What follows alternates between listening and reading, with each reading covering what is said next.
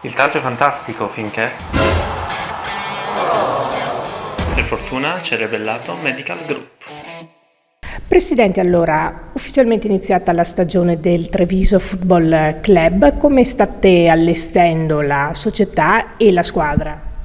Beh, la squadra diciamo che è già al completo per il 90%, mancano ancora 2 o 3 innesti che stiamo in questi giorni appunto valutando, e non mancheremo di farli raggiungere al più presto al ritiro che, come vi è noto, incomincerà domani in altura a Paluzza, dove il gruppo cementerà l'amicizia e anche e soprattutto quel fatto tecnico sportivo che riteniamo fondamentale di conoscenza per affinare al meglio le caratteristiche di ognuno di loro e metterli a servizio della squadra. Come società stiamo procedendo nel nostro piano di strutturazione, stiamo in pratica perseguendo degli obiettivi di rafforzamento.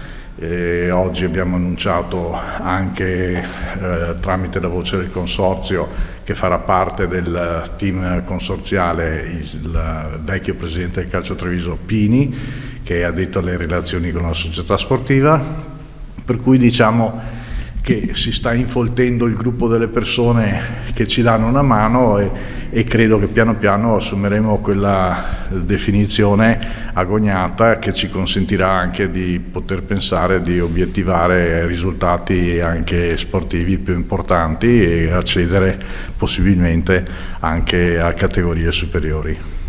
Diceva che per il 90% è completa la squadra. Non le chiedo i nomi che mancano, tanto so che non me li direbbe perché saranno una sorpresa, ma i ruoli, ecco, me li può dire almeno? Sì, le dico i ruoli: siamo in via di definizione di un centrocampista, un ulteriore attaccante, perché gli attaccanti dovranno essere 4 e possibilmente più bravi possibili, 3 li abbiamo già e siamo sicuri che abbiamo fatto le scelte migliori, e un portiere.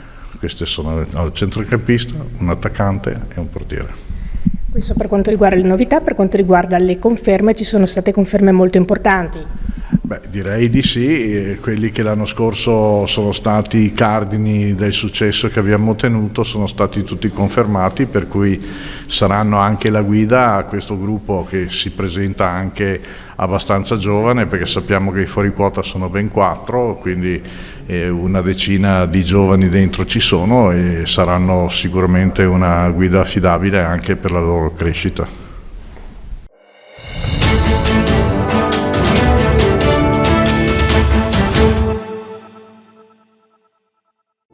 Massoterapia, il potere delle mani, un benessere profondo. Prenotala da Rebellato Medical Group.